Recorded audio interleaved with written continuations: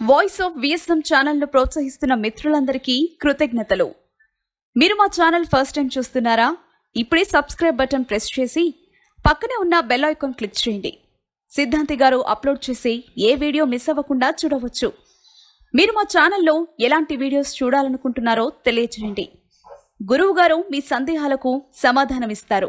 శ్రీ మహాగణాధిపతయే నమః. ఈరోజు మనం 2021 సంవత్సరం ఫిబ్రవరి నెల రాశి ఫలాల్లో భాగంగా కన్యా రాశి వారికి ఈ మాసం ఎలా ఉంటుంది అనేటువంటి విషయం గురించి తెలుసుకుందాం.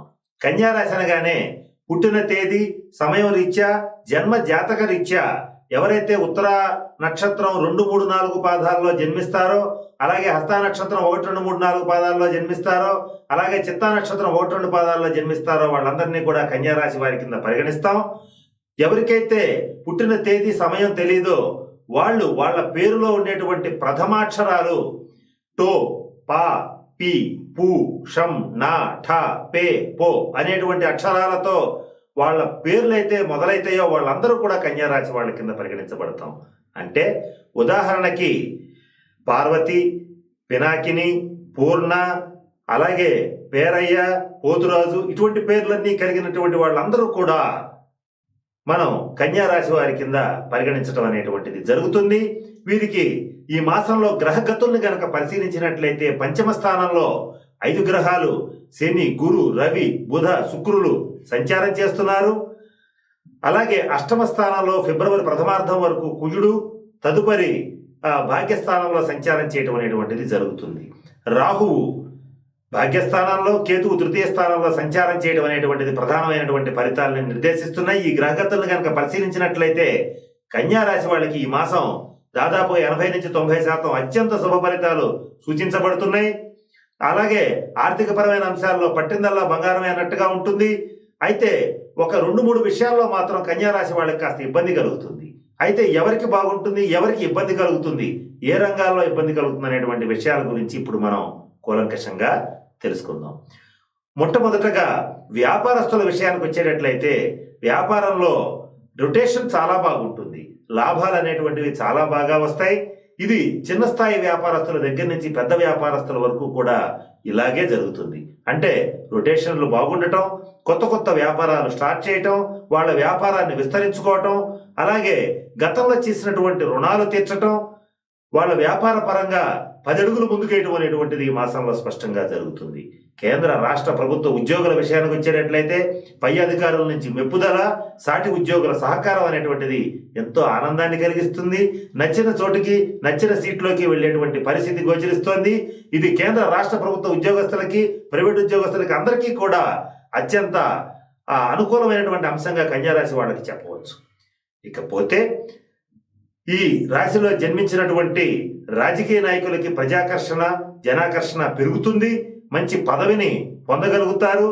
చక్కగా వాళ్ళ పార్టీలో మంచి పేరు ప్రతిష్టలు తెచ్చుకోగలుగుతారు. ప్రతిపక్షాలను నిశ్చితంగా విమర్శించి వాళ్ళలో ఉన్నటువంటి లోటుపాట్లను బయటపెట్టి వీళ్ళ ప్రతిభా పాఠవాలని ఈ మాసం నిర్ద్వందంగా రుజువు చేసుకునేటువంటి పరిస్థితులు కూడా రాజకీయ నాయకులకి గోచరిస్తున్నాయి. ఇక సినీ, టీవీ రంగ కళాకారులు, మీడియా రంగంలో ఉండేటువంటి వాళ్ళకి, రచయితలకి వీళ్ళందరికీ కూడా అద్భుతమైన కాలం అని చెప్పొచ్చు. పేరుకు పేరు, డబ్బుకు డబ్బు రెండు లభించేటువంటి మాసంగా ఈ మాసాన్ని చెప్పవచ్చు. అంటే మంచి సన్మానాలు జరుగుతాయి, అలాగే మంచి అవకాశాలు వస్తాయి. వచ్చిన అవకాశాలను వీళ్ళు చేయవలసిన పని ఏంటంటే ఒక్కదాన్ని కూడా వదిలిపెట్టకుండా వచ్చిన అవకాశాన్ని వచ్చినట్టుగా కనుక వినియోగించుకోగలిగితే భవిష్యత్తులో ఇవి మంచి ఆర్థిక బలమైనటువంటి పునాదులను ఏర్పరిచేటువంటి పరిస్థితులుగా ఈ మాసం గ్రహస్థితులు గోచరిస్తున్నాయి. అటువంటి మంచి అవకాశాలు ఈ కళాకార రంగంలో ఉండేటువంటి వాళ్ళందరికీ కూడా ఏర్పడుతున్నాయి. విద్యార్థుల విషయానికి వచ్చేటట్లయితే వీళ్ళ ప్రతిభకి తగినటువంటి గుర్తింపు లభిస్తుంది. ముఖ్యంగా టెక్నికల్ ఎడ్యుకేషన్ చేసేటువంటి వాళ్ళు కొత్త కొత్త కోర్సులు చేస్తారు. వాటి రీత్యా మంచి పేరు, చక్కటి గుర్తింపు, మంచి మార్కులు సాధించగలుగుతారు. ఇక వస్త్ర వ్యాపారులు, ఫ్యాన్సీ, కిరాణా మర్చెంట్స్ వీళ్ళందరికీ కూడా చాలా బాగుంది. అలాగే నూనె వ్యాపారం చేసేటువంటి వాళ్ళు, పత్తి వ్యాపారం చేసేటువంటి వాళ్ళు, పొగాకు వ్యాపారం చేసేటువంటి వాళ్ళు వీళ్ళందరికీ అద్భుతమైన కాలం. వ్యాపారంలో మంచి రొటేషన్లు బాగుంటాయి. బిల్డర్లకి, రియల్ ఎస్టేట్ వ్యాపారం చేసేటువంటి వాళ్ళకి మరికొంతకాలం శుభ ఫలితాల కోసం ఎదురు చూడవలసినటువంటి పరిస్థితులు గోచరిస్తున్నాయి. వీళ్ళకి మాత్రం ప్రథమార్థం కంటే ద్వితీయార్థమే కొంత బెటర్గా ఉంటుంది. అయినప్పటికీ కూడా మంచి లాభాలు రావాలంటే 2-3 నెలల పాటు ఈ కన్యారాశి వాళ్ళు, రియల్ ఎస్టేట్ వాళ్ళు, దానికి సంబంధించినటువంటి చేసేటువంటి వాళ్ళు ఎదురు చూడాల్సిన పరిస్థితులు స్పష్టంగా గోచరిస్తున్నాయి. ఇక ఈ కన్యారాశిలో జన్మించినటువంటి స్వతంత్ర వృత్తులు చేసేటువంటి డాక్టర్స్, ఇంజనీర్స్, లాయర్స్, అలాగే ముఖ్యంగా చార్టెడ్ అకౌంటెంట్స్, వీళ్ళందరికీ అత్యంత అనుకూలంగా ఉంది. వీళ్ళందరిలోకి చార్టెడ్ అకౌంటెంట్స్ పరిస్థితి చాలా అద్భుతంగా ఉంటుంది.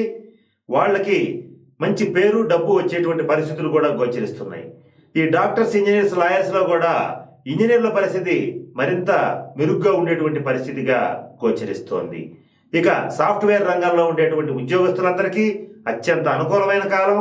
వీళ్ళు ఏ పని చేపట్టినా కూడా మంచి విజయవంతంగా పూర్తి చేస్తారు. ప్రాజెక్ట్స్ పరిపూర్తిగా పూర్తి చేయగలుగుతారు.